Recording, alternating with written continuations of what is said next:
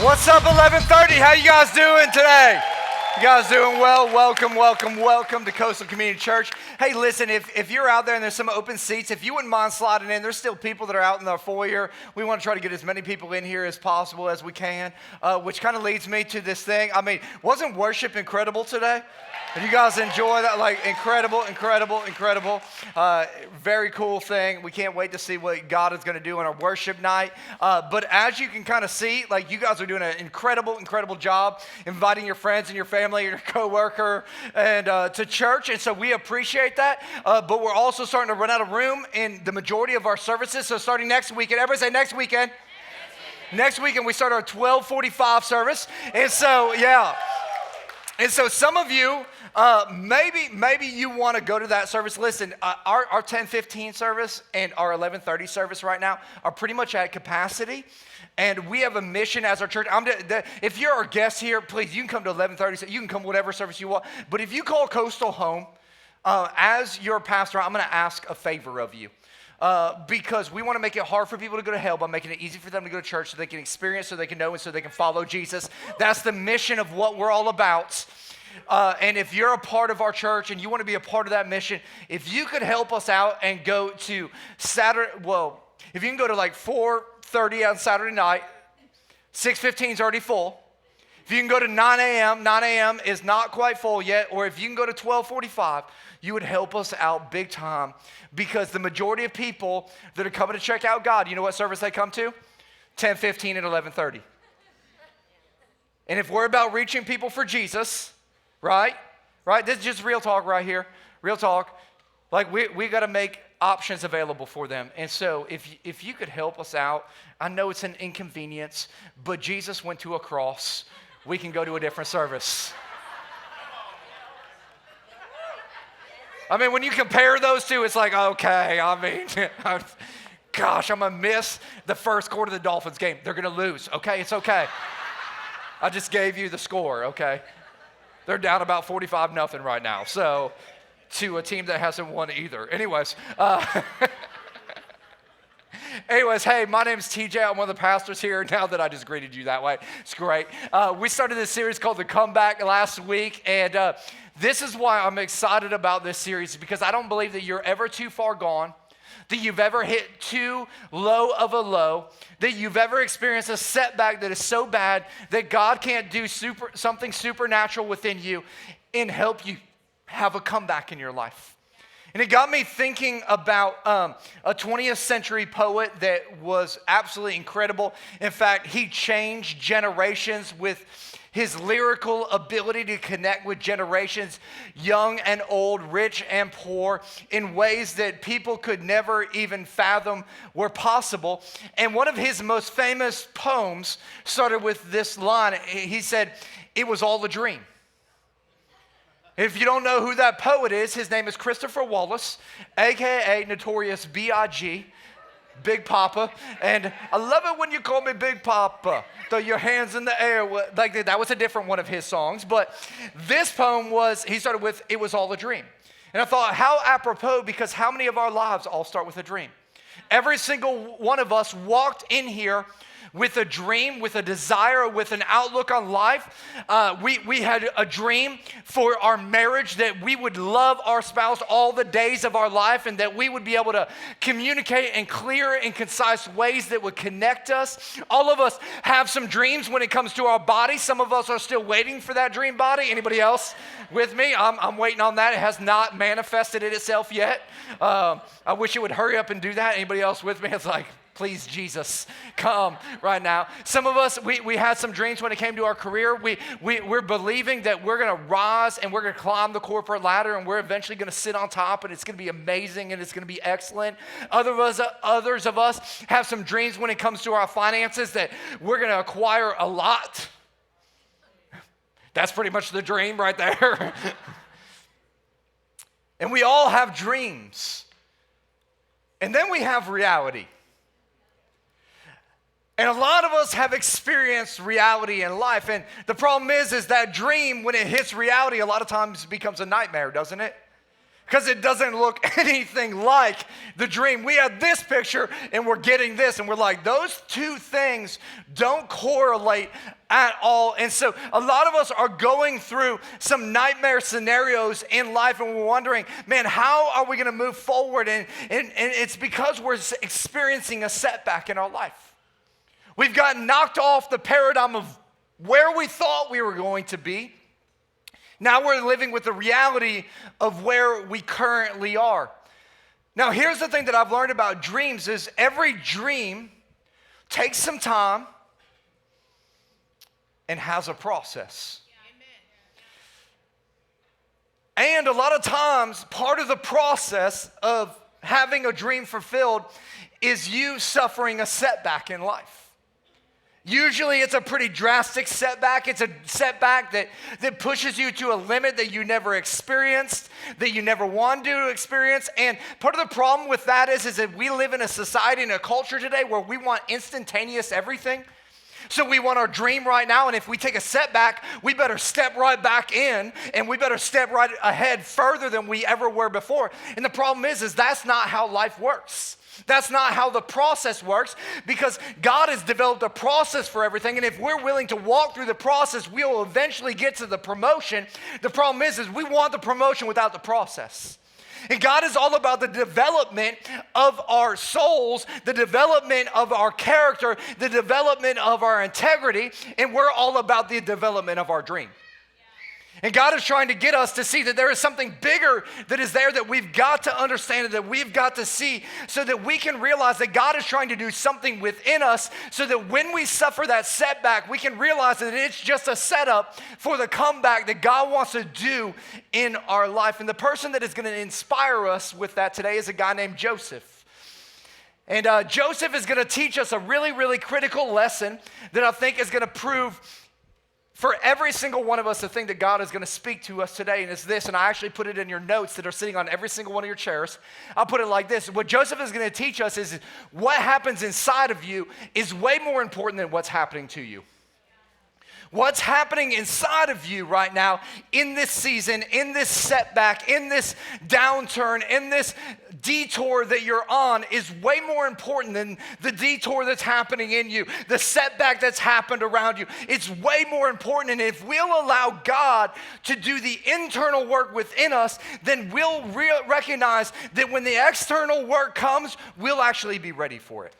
We'll actually be able to sustain that thing in our lives. And what he's trying to teach us is we have way more control of what's happening within us than what happens around us. Anybody try to control their circumstances? Yeah. How well has that worked? Not working. That's right. It's not working, is it? But we do have control of how we respond to every one of our circumstances. And so if you want to turn in your Bibles to Genesis chapter 39, we're going to be hanging out there. We're going to study a little bit of the life of Joseph. And Joseph is just like all of us. He's got a dream. And he is a dreamer. In fact, a couple of chapters earlier, at age 17, Joseph actually has a dream. And his dream is this, is that his brothers will bow down and worship him. Some of y'all are like, that's been my dream for my family too. It's like, my brothers will worship me because I'm all that in a bag of chips. And Joseph has this dream from God. It is not only his brothers that bow down and worship him, but it's also his mother and his father. And Joseph does something that I would not recommend you doing. He shares that dream with them. See, here's what you need to know. The dream that God has put within your heart, not everybody is able to handle that in their life. Because here's what happens. For most people, they've given up on their dreams, and you start sharing your dream, you know what they want you to do? They want you to give up on your dream too. They want to discourage you from that thing. They want to keep you from that thing. And so a lot of us, what we need to do is we need to hide those dreams in our heart and go, God, I'm trusting you with these. I'm not going to put my trust of my dream in somebody else's hand that's going to crush it in an instant. And so Joseph shares this dream, and it actually makes his brothers extremely jealous of him. Not only that, but his dad actually loves him way more than all the other brothers. In fact, he shows it to him by buying him a Gucci coat of many colors. Hooks him up. The dude is styling and profiling in his house. All the other brothers, they shopped at Walmart. They were ticked. And so there's this disparate disparity in their relationship that is cultivated by some dysfunctional parenting. That's a totally different message on a different day. But what ends up happening is because Joseph is the most loved, his brothers hate him. His dad sends him out one day to go check on his brothers who are tending sheep. As they see him coming, the Bible actually says they look and see Joseph come and they say, here comes that dreamer. And they plot and they plan and they end up beating up Joseph. This is their flesh and blood, their brother. They throw him in a pit and they're planning to kill him. When they see some traders coming by and they say, hey, instead of killing our brother, let's sell him in slavery. How many of you know that's a bad beginning to a life? Some of you are like, man, my upbringing was so bad. Anybody beating that? So that's where we're going to pick up in verse 1 of chapter 39 of Genesis. It said, when Joseph was taken to Egypt by the Ishmaelite traders, he was purchased by Potiphar, an Egyptian officer. So at this point, he is a full-blown slave. Potiphar was captain of the guard for Pharaoh, the king of Egypt. The Lord was with Joseph. Now, I just want that to sit with you for a moment.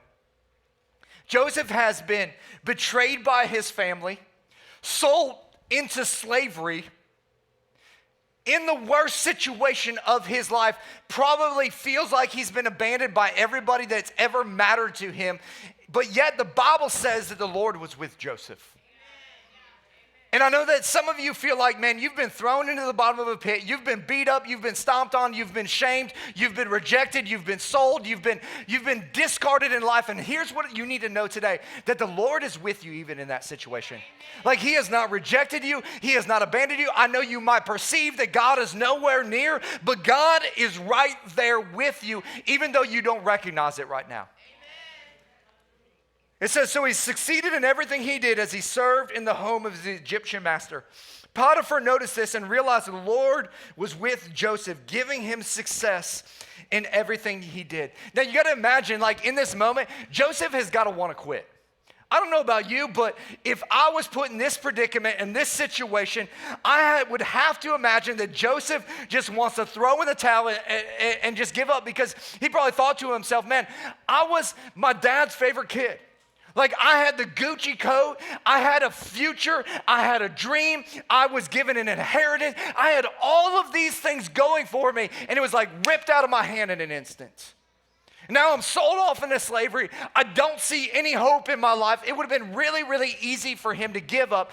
But what we see from Joseph's life is that he rises up instead of giving up, because he realizes that God can turn your setbacks into a setup that will eventually lead to your comeback if you allow him to do the work within you. And so today we're going to learn a couple of principles from Joseph's life that I think will apply to every single one of our lives if we'll listen and hear them. And the first one is this, is number one, you got to stop pointing fingers.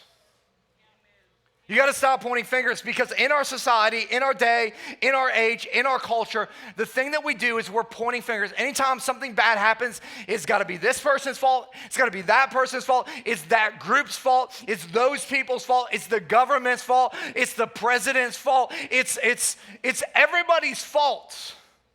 Why? Because we're good at pointing fingers and shifting responsibility. In fact, I looked up some of the most frivolous lawsuits that have ever been filed. There's a man named Richard Overton that watched a Budweiser commercial on TV. And in the Budweiser commercial, a guy was just sitting in his home. He drank a Budweiser. All of a sudden, beautiful women appeared, and paradise he was in. And he thought to himself, man, I want paradise and beautiful women in my life. So he went to the store, bought some Budweiser, went home, drank the Budweiser. Beautiful women did not appear. He was not in paradise. In fact, he got inebriated by the alcohol, and he ended up filing a lawsuit against Budweiser for false advertising. Why? Because it's always somebody else's fault, right? Like this isn't, we all look at that and we're like, that dude is stupid. Like we all know this. But it's always somebody else's fault. If the game isn't going well, we point fingers at the ref. If our job is not going in the direction we want, it's our boss's fault, or it's that coworker's fault. If our kids are acting up, it's always our husband's fault. Those are your children. or the dog's fault. The dog is the... If we're having money problems, it's the economy. It's the IRS's fault, which it probably is the IRS's fault, let's just be honest. But we love to point fingers. And here's what I've learned.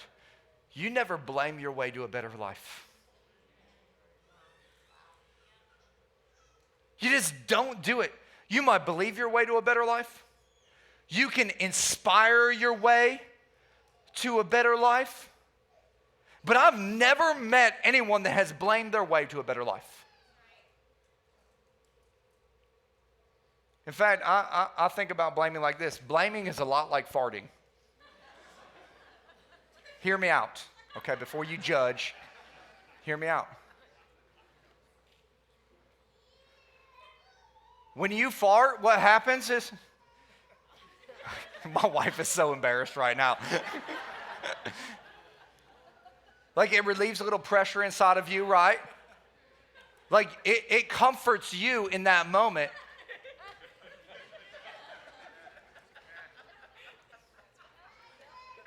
But it impacts everybody around you. They're like, what is that? Right?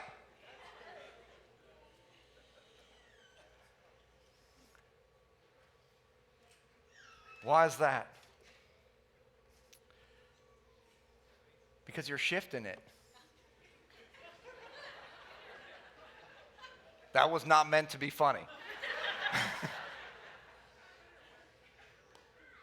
You're putting it on, it must be that person's fault. It's that group's fault.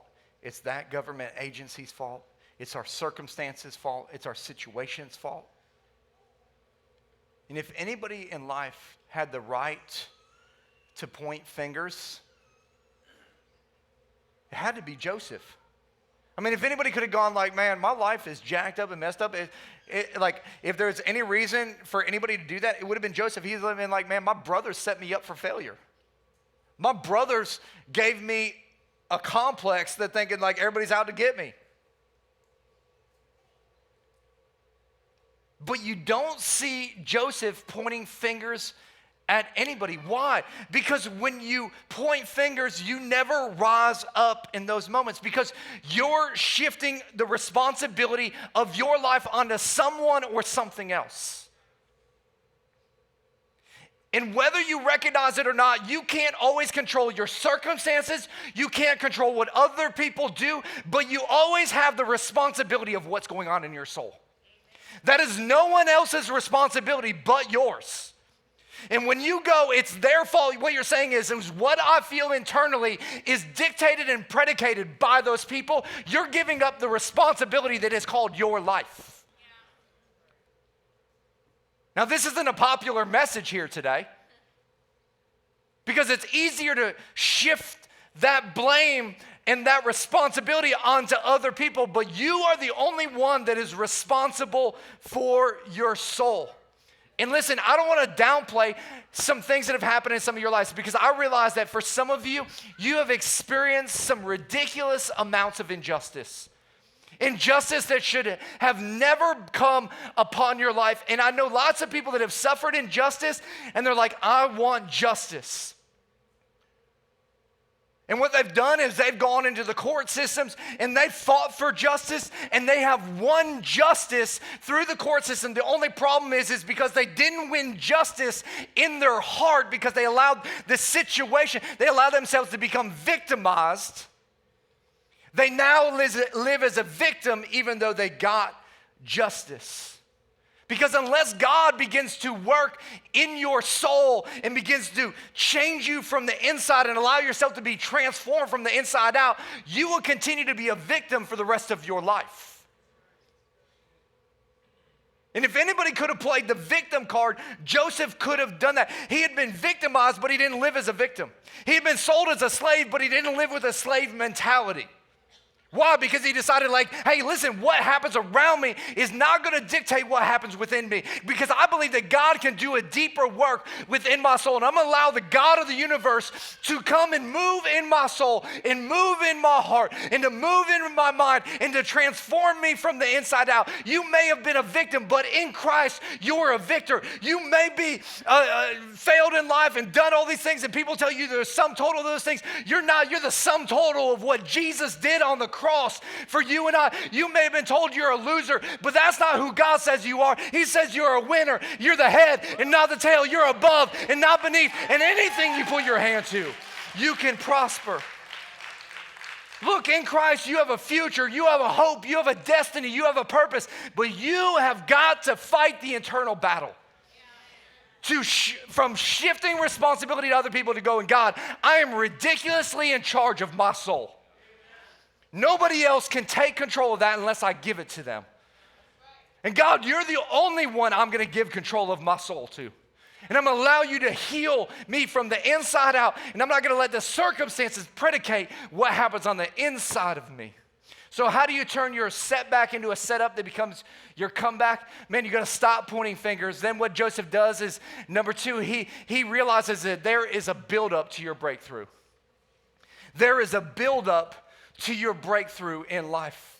And we all love breakthrough stories. In fact, this week there was an incredible breakthrough story that just happened right this weekend where a guy over in Europe actually ran a marathon in under 2 hours. First time in the history of humankind that this man ran a marathon in 1 hour, 59 minutes, and 40 seconds. 26.2 miles at an average pace of 4 minutes and 36 seconds. How many of y'all can run a mile in 4 minutes and 36 seconds? Let alone 26 of them in a row. They said it wasn't possible to do. I mean, the breakthrough that this man did this weekend, incredible. What we very seldom think about in that breakthrough is the buildup that led to it. The pain of the training. The pain of all those runs over and over and over again that led to this incredible moment that we now celebrate that we never thought was possible. Why? Because there is a buildup to your breakthrough. Reminded me of my first record that my parents bought me as a kid. Any of you guys remember your first record that you got as a kid? Come on, I know there's some of us that are old enough in here to have a record. Okay. My first record that my parents got me was by a band called Twisted Sister. Anybody remember Twisted Sister? I don't know what they were thinking. They were we own bars and clubs as a family. So I guess that's what they were thinking. And if you don't know Twisted Sister, their most famous song is, "We're Not Gonna Take It."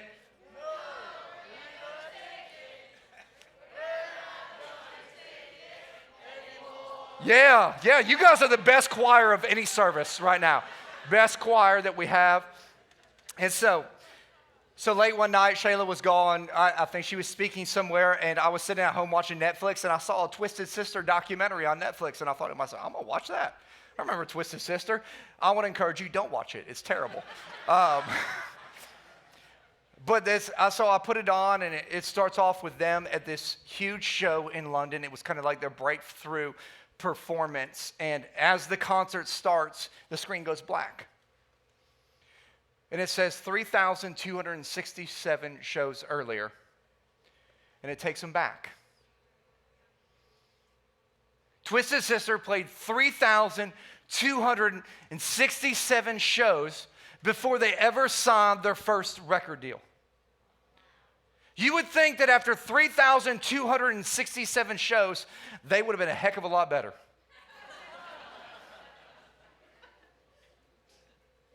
But think about that. They played 3,267 shows in dive bars, in venues where people didn't show up, in places where they probably paid people so they could perform. You don't think about all the moments at show 1,000 where they're like, man, are we ever going to make it? Yeah. At show 2,000, man, there probably a lot of infighting in the middle of that. You need to sing better. Well, you need to learn how to play your guitar. You have no idea the buildup that was there. 3,267 shows to get the breakthrough where they finally experience this moment where they become a multi-platinum selling artist. I think it's a spiritual principle as well. There is a buildup to the breakthrough. It's what we're reading about here in Joseph's life. In verse 5, it says, from the day Joseph was put in charge of his master's household and property, the Lord began to bless Potiphar's household for Joseph's sake. Now, let me just stop right there. Because I know some of you are in a moment where you've been set back, where you're in a terrible place. Do you believe that God can actually be using your life and your story to be making a difference in other people's lives right now? Like God could actually be using the story that you're writing right now to actually be blessing people around you without you even recognizing it. Like he could be using your gifts and your talent and your development that you're not seeing because you're so far back to be blessing those around you and making an impact in their lives today. It says all of his household affairs ran smoothly. His crops and his livestock flourished. All of a sudden, there's some buildup happening. There's some positivity happening. There's some things that are going on. And the entire time, Joseph could have been walking around going, it's your fault, it's your fault, it's your fault. But that's not what he's doing. What he's doing is he's saying, hey, listen, God, whatever you put in front of me, I'm going to be faithful with. Whatever opportunity you give me, I'm going to take advantage of in this moment. I'm not going to look at what I don't have. I'm going to look at the opportunity of what I do have. And I'm going to take advantage of it. And I'm going to do my best. I'm going to bring my best to this situation. And listen, guys, if you want to see your setback turn into a setup that eventually becomes your comeback, it happens when you realize that there is a buildup to your breakthrough. And some of you, right now, you're praying, God, give me a breakthrough. Breakthrough in this area of my life. Breakthrough in my finances. Breakthrough in my marriage. Breakthrough in my career. But until that breakthrough happens, allow God to build you up. Because for some of you, if you got that breakthrough right now, it would break you. I'm for real. Look at all the lottery winners that are out there. Right? What happens? Somebody, I won $10 million, but they never learned how to budget. Within 10 years, they're broken in prison. Watch the My Lottery story on whatever TV channel that is. You'll watch it over and over again. Why? Because they got a breakthrough before they were ready. So you got to let God build you up in this season and realize that what you're going through is the build-up season. Here's what I know is in the middle of the build-up season, it sucks. It's hard. It's difficult. Every time you take a step forward, it seems like 2 steps back. In the build-up season, it seems like, man, I'm never getting to the place where I want to be, and every time I'm about to take that step that's going to be my breakthrough, it just doesn't work out. And Joseph's life teaches us a principle that every single one of us have got to recognize is that you don't give up in your build-up season. You don't give up when people are hating on you. You don't give up when your friends and your family are backstabbing you. You don't give up when it's hard. You don't give up when it's difficult. You don't give up when your emotions are running rampant in your life. You don't give up when it seems like there's more weight than you can handle. You don't give up. In fact, some of you came to church here today just to hear this. Don't give up. Because if you don't give up, you will reap a harvest of blessing in your life. And those aren't my words, those are God's words. Galatians chapter 6, verse 9. God actually says this. He says, so let's not get tired of doing what's good. And some of y'all, you woke up this morning and you're tired. You're like, Pastor DJ, I'm so tired. You drank 6 cups of coffee, came here, got some espresso shots, and you're still like, I'm dragging. Says, so let's not get tired of doing what is good, because at just the right time. What time? Right time. Come on, what time? Right time. What time is that? Yeah. The right time, like, have you noticed it's not your time? It's not my time. If it was my time, I'd be like 12:30 tomorrow. Y'all are going to get hooked up. Just remember me. No. The right time, which is God's time, which we don't know that time.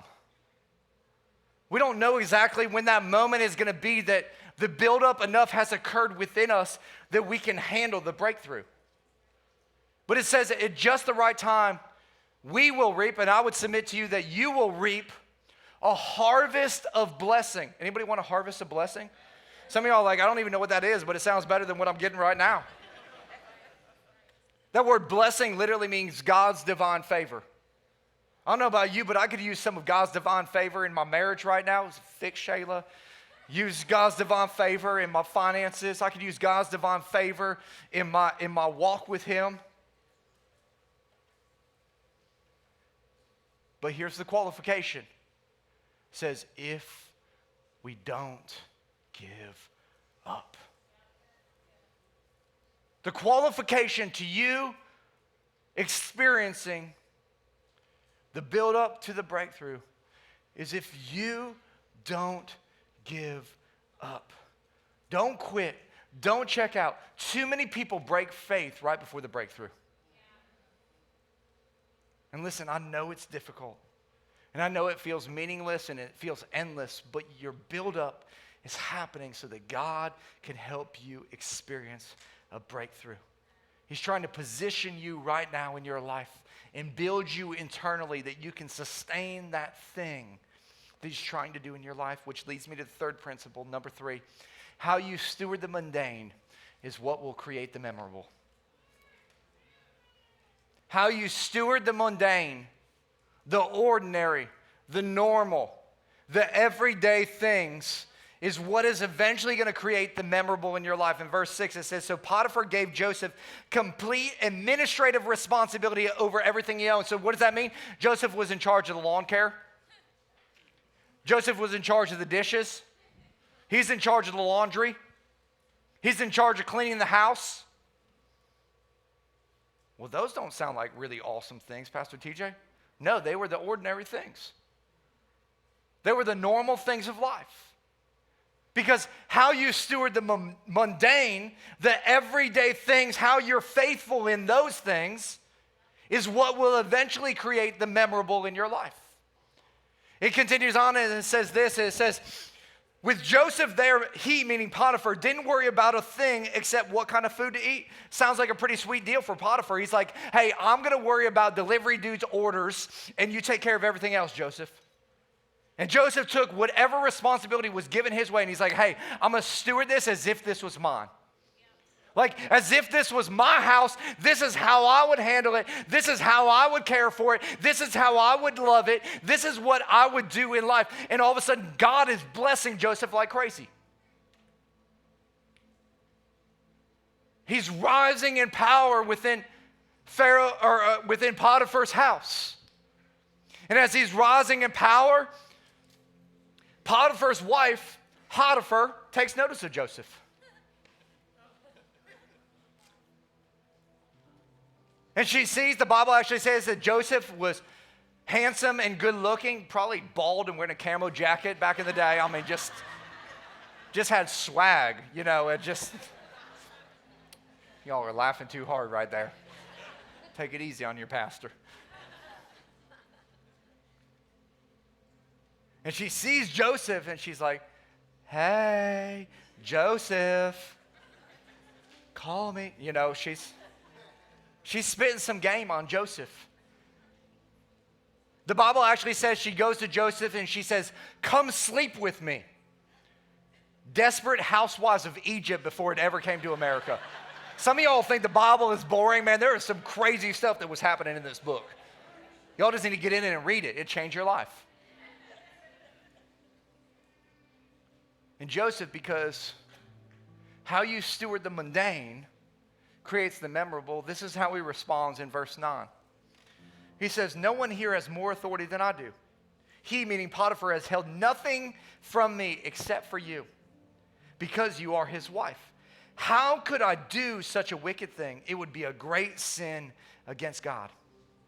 Here's a guy who people all throughout his life have not been faithful to, and yet in that moment he goes, man, I'm a steward of this. I'm going to be faithful to what God called me to do. And you're his wife, not mine, and so I'm going to abstain from that. And so what does she do? She makes an accusation against Joseph. and gets him sent to prison. And you're like, TJ, I thought this was a story about your setbacks coming to setups to a comeback. And it sounds like he just had a setback again. He does. Why? Because there's a buildup to your breakthrough. And in prison, Joseph does the same thing that he did when he was sold into slavery. He doesn't point fingers. He doesn't put blame to anybody else out there. But he takes personal responsibility and goes, man, I'm gonna become the best man that I could become in this prison. I may be a prisoner behind bars, but I'm not a prisoner in my heart.